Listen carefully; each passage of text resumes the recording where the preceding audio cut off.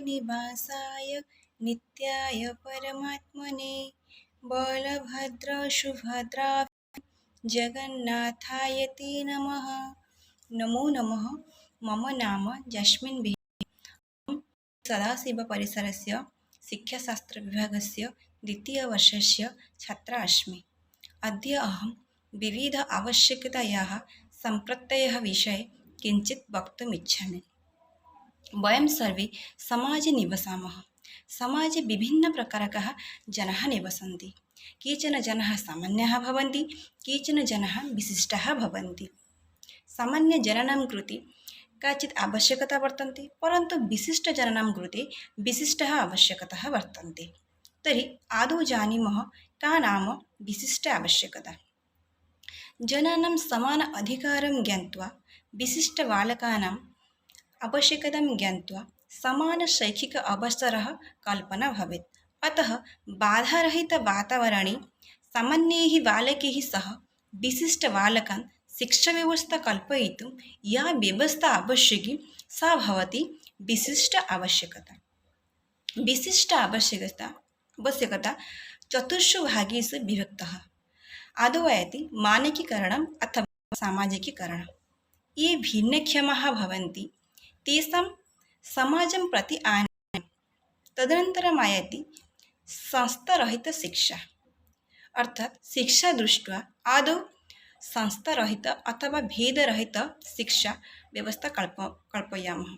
तदनन्तरम् आयाति शिक्षायाः मुख्यस्रोतांशि। शिक्षा भवति अस्माकं मौलिक अधिकारः। अस्माकं कृते शिक्षायाः महती आवश्यकता वर्तते।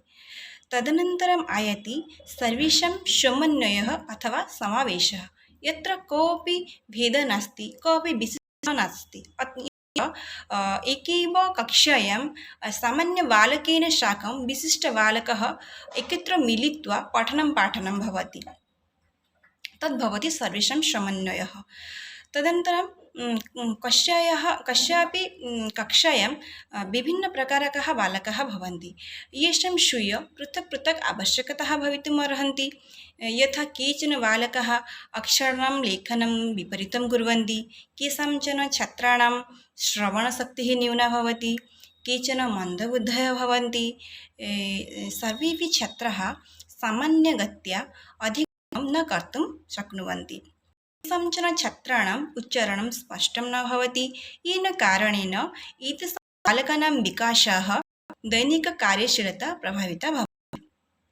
अनेन प्रकारेण छात्राणां बालकानां वा पशूनि पालने येषाञ्चन विधीनाम् आवश्यकता भवति, तत् शिक्षणार्थम् इदं सुनिश्चितकरणीयं भवति। परन्तु तेषाम् अनुभवविकासस्य अवसरः भवेत्। अभिभावकान् शिक्षकान् सर्वं शिक्षणं भवति, यत् तेषां कथं वदेयुः, कथं मित्रैः सह व्यवहारः करणीयम् इत्यादि तानि कौशलानि सङ्कल्पनीयानि, यानि सामान्यबालकाः विकासेन साकं सहजतया प्राप्नुवन्ति। तेषां कृते अर्जनाय शिक्षणाय काचित् विशिष्टप्रयासः अपेक्षितः भवति। ईदृशानां बालकानां काश्चन तादृशाः आवश्यकताः सन्ति, याः सामान्यबालकानाम् अपेक्षया भिन्नाः भवन्ति। प्रत्येकं बालकः सामान्यः विशेषः वा, तस्य कृते शिक्षायाः अन्तर्निहितशक्तीनां विकासः वर्तते। ये सामान्याः विशिष्टाः स्युः, सर्वेषां महत्त्वं समाजे भवति। सामान्यबालकानाम् अतिरिच्य ये विशिष्टगुणयुक्ताः बालकाः सन्ति, तेषां विविधाः आवश्यकताः वर्तन्ते। तर्हि आवश्यकता द्विविधाः भवन्ति, यथा शारीरिक आवश्यकता, मनोवैज्ञानिक आवश्यकता। आदौ शारीरिक आवश्यकता। शारीरिक आवश्यकता मध्ये भोजनस्य आवश्यकता, आवासस्य आवश्यकता, वस्त्राणाम् आवश्यकता, सुरक्षायाः तथा उचितवातावरणस्य आवश्यकता, क्रियाशीलतायाः आवश्यकता, विरामस्य तथा निद्राश्च आवश्यकता, यौनस्य आवश्यकता इत्यादयः अन्तर्भुक्ताः भवन्ति।